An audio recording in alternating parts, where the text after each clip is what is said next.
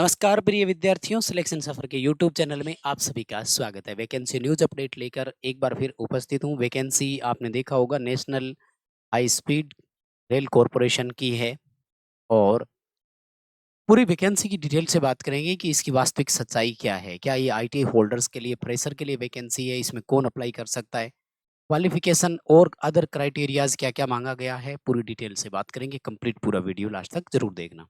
Channel से पहली बार जुड़े हैं तो सब्सक्राइब कर लीजिए। हम इसी तरह का अपडेट, कंटेंट और न्यूज़ नोटिफिकेशन इस चैनल पर आपको प्रोवाइड करवाते हैं। आइए माय डियर, इस वैकेंसी पर एक नज़र डालते हैं। National high speed rail corporation limited के नाम से ये वैकेंसी है।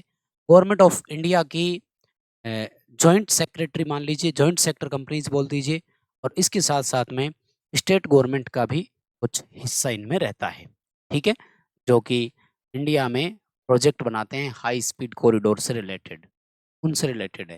लेकिन बड़ी बातें इस वैकेंसी की देख लो। सबसे पहले तो कि ये वैसे तो आपकी परमानेंट है, ठीक है ना। वैकेंसी तो जो आपकी भर्ती होनी है वो तो परमानेंट पद पर होनी है, बट वैकेंसी एब्सॉर्प्शन बेस पर है। हिंदी में इसे बोलते हैं अध्यारोपण, या एक तरह से अवशोषण करना किसी चीज, मतलब यहाँ से उठाकर यहाँ। और ये देखो क्लियर कट यहाँ पे लिखा हुआ है। किनसे मांग रहे हैं? The company invites applications from regular और contractual employees working in O&M, operation and maintenance, department of Indian railways, government owned and operated railways, metro railways, RRTs। ठीक है, मतलब अगर आप पहले से किसी विभाग में कार्यरत हैं, चाहे आप रेगुलर है या आप वहां पर कॉन्ट्रैक्ट में हैं। अब यहाँ पर कॉन्ट्रैक्ट दो तरह के आते हैं। एक कॉन्ट्रैक्ट है कि जी ठेकेदार के थ्रू कॉन्ट्रैक्ट पे हम है, और एक होता है गवर्नमेंट के थ्रू कॉन्ट्रैक्ट। उनको बोलते थे पहले CTC, कॉस्ट टू कंपनीज। ठीक है ना, आजकल इनको कॉन्ट्रैक्ट बोलते हैं। जैसे आउटसोर्सिंग बेस पे, जैसे MP में आउटसोर्सिंग बेस पे ये खुद वैकेंसी लेते हैं एक तरह से। यानी क्लियर कट डिपार्टमेंट ने आपको कॉन्ट्रैक्ट पे ले रखा हो।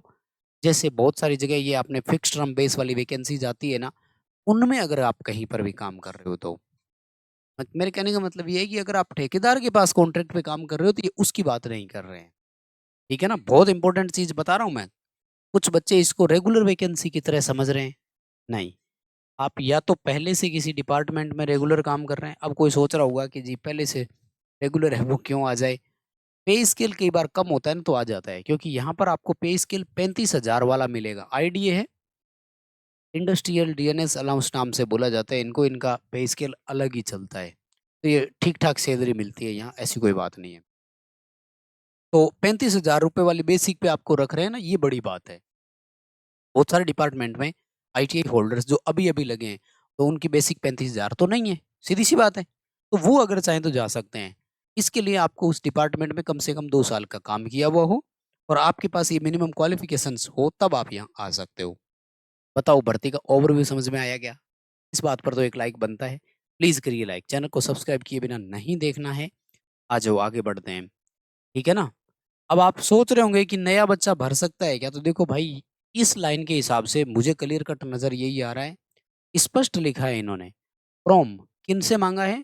रेगुलर और कॉन्ट्रैक्ट एम्प्लॉइज वर्किंग इन, यानी जो अभी काम कर रहे हैं, कहाँ पर? इंडियन रेलवेज में काम कर रहे हैं, या सरकार द्वारा शासित किसी डिपार्टमेंट में काम कर रहे हैं, या रेलवे में काम कर रहे हैं, या मेट्रो रेलवे में कहीं काम कर रहे हैं। मतलब केंद्र या राज्य सरकार के पूरी तरह से सरकारी अधीन में, या फिर उनके किसी PSU में, पब्लिक सेक्टर अंडरटेकिंग में। एग्जाम्पल बता देता हूँ। जैसे राजस्थान विद्युत विभाग में कोई काम कर रहा है, वो छोड़कर जाना चाहे तो जा सकता है। जैसे कोई जयपुर मेट्रो, दिल्ली मेट्रो में लगा हुआ है, वो छोड़ के जाए तो जा सकता है। मतलब यहाँ आ सकता है। ठीक है ना। तो देखो, इसके लिए कितनी क्वालिफिकेशन और क्या है? टेक्नीशियन सिविल ट्रैक फीटर की 18 है, और फीटर ट्रेड में ITI होनी चाहिए। 2 साल कम से कम आपने डिपार्टमेंट में काम किया हुआ हो। पोस्ट क्वालिफिकेशन एक तरह से मतलब 2 साल का अनुभव ही है एक तरह से। वो ट्रैक मैकेनिक के नाम से है, तो इसमें आपने मैकेनिक में ITI किया हुआ हो। ड्राफ्टमैन का है तो ड्राफ्टमैन में आईटीआई, सर्वेयर का है तो सर्वेयर में आईटीआई, इलेक्ट्रिशियन का है तो इलेक्ट्रिशियन में आईटीआई, वेल्डर का है तो वेल्डर में आईटीआई, प्लम्बर का भी है, पेंटर का भी है। कुल मिलाकर के जो क्वालिफिकेशन है वो सारी की सारी आपके नाम से ही जुड़ी हुई है, ठीक है ना। पर्टिकुलर आपने उस डिपार्टमेंट, जैसे वेल्डर है तो वेल्डर में आईटीआई किया हुआ हो, रोलिंग स्टॉक इलेक्ट्रिशियन है तो यहाँ पर इलेक्ट्रिशियन, इलेक्ट्रॉनिक मैकेनिक दोनों भर सकते हैं, ठीक है। और क्या क्वालिफिकेशन है, देखो जहां तक हमें समझ में आ रहा है इतना है। देखो जो जान रहे हैं, जो समझ रहे हैं वो आपको बता रहे हैं, अगर बाकी कोई और बोल रहा हो ना, क्योंकि अब ये आएगा कि जी आप बोल रहे हो कि रेगुलर नहीं है उनके लिए, कोई बोल रहा है हर कोई भर दो, ऐसा नहीं होता है। जो है वो रियलिटी में आपको बता रहा हूँ। एज सबके लिए देखो 35 साल रखी है मैक्सिमम एज, बाकी कहीं कोई जिक्र नहीं किया, ठीक है। एज पर रिजर्वेशन रिलैक्सेशन जो मिलेगा वो तो है ही फिर। और मेडिकल स्टैंडर्ड चाहिए B1, B1 का मतलब होता है चश्मा वगैरह लगी हुई है तो चल जाएगा, ठीक है। मतलब B1 का मतलब है विद और विदाउट ग्लास, 6/6 आपकी आंखें हैं तो चलेगा, कलर ब्लाइंड नहीं होना चाहिए। B1 मेडिकल में कलर ब्लाइंड नहीं होना चाहिए, विद और विदाउट ग्लास, 6/6 हो, ये मेडिकल स्टैंडर्ड है। और प्लेस ऑफ पोस्टिंग एनीवेयर, इनका जो प्रोजेक्ट जहाँ चल रहा है वो कहीं भी लगा सकते हैं। और क्राइटेरिया क्या है, 2 साल का पोस्ट क्वालिफिकेशन एक्सपीरियंस आपके पास होना चाहिए, वही है ना। देखो ये रहा, 2 year post qualification experience in relevant field, operation maintenance, department of Indian railways, और वही सारा। मतलब या तो आप वहाँ 2 साल की नौकरी करके छोड़ के आ चुके हो, वो आ सकता है। कहने का मतलब सिस्टम में आपने 2 साल काम किया हुआ हो पहले से, पूरी तरह से सरकारी सिस्टम में, वो वाले हैं, ठीक है। बस और कोई दिक्कत नहीं है इसमें। और वो कह रहे हैं कि हायर क्वालिफिकेशन है लेकिन आईटीआई नहीं है तो आप एलिजिबल नहीं हो, ठीक है। जॉब डिस्क्रिप्शन इन्होंने काम के लिए बताया है, वो साथ ज़्यादा ज़रूरत नहीं है। और जो फॉर्मा दिया हुआ है वो भरना है। फॉर्म की फीस 400 रुपये देनी है, किसको, जनरल, ईडब्ल्यूएस और ओबीसी वालों को। अनरिजर्व, ओबीसी, ईडब्ल्यूएस को 400 रुपये फीस देनी है। बाकी एससी, एसटी और वुमेन कैंडिडेट को फीस पेमेंट नहीं करनी है, ठीक है। और किसी एक पोस्ट के लिए आप फॉर्म अप्लाई कर सकते हो, ओनली वन, ठीक है। और मोड ऑफ सिलेक्शन में क्या चीज़ है, तो मोड ऑफ सिलेक्शन में सिंपली मानो आप सीबीटी है, बस कंप्यूटर बेस्ड टेस्ट होगा, उसमें आपके ट्रेड से रिलेटेड क्वेश्चन रहेंगे, फिर डॉक्यूमेंट वेरिफिकेशन और मेडिकल, वो प्रोसेस आपकी आगे की जो है वो, ठीक है ना। और बाकी जनरल कंडीशन है तो, और क्या कह रहे हैं, जितने भी एक्सपीरियंस और क्वालिफिकेशन और सारे कैलकुलेशन किए जाएंगे वो 30 जून 2026 के अनुसार किए जाए। डेटा और आंकड़ों की जितनी भी गणनाएं हैं वो 30 जून 2026 के अनुसार की जाएगी, ठीक है ना। और ये कह रहे हैं कि मजाक नहीं है, अगर आ जाते हो यहाँ पर तो 4 साल कम से कम नौकरी करनी है। अगर आपको हम ट्रेनिंग भी दे देते हैं तो भाई साहब ट्रेनिंग और जोड़ दो और 6 साल नौकरी नहीं छोड़ पाओगे, ये ध्यान रख, ठीक है।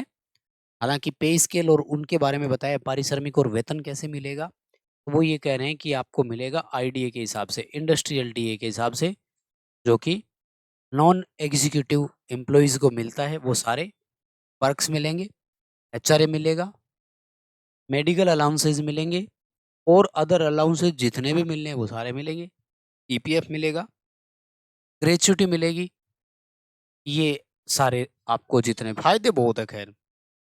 और अप्लाई कैसे करना है उसका इन्होंने परफॉर्मा है जो ऑफिशियल वेबसाइट पर प्रोवाइड करवा रखा है, तो उसी में आपको भरना है, ठीक है। तो ये है आपके लिए इतना सा क्राइटेरिया। आई होप कि आप सारी बातें समझ गए होंगे। कर दीजिएगा लाइक प्लीज़, वीडियो अपने दोस्तों तक शेयर करिएगा और चैनल को भी सब्सक्राइब करके रखें आगे के और अपडेट्स के लिए। बहुत बहुत धन्यवाद, थैंक यू वेरी मच, शुक्रिया।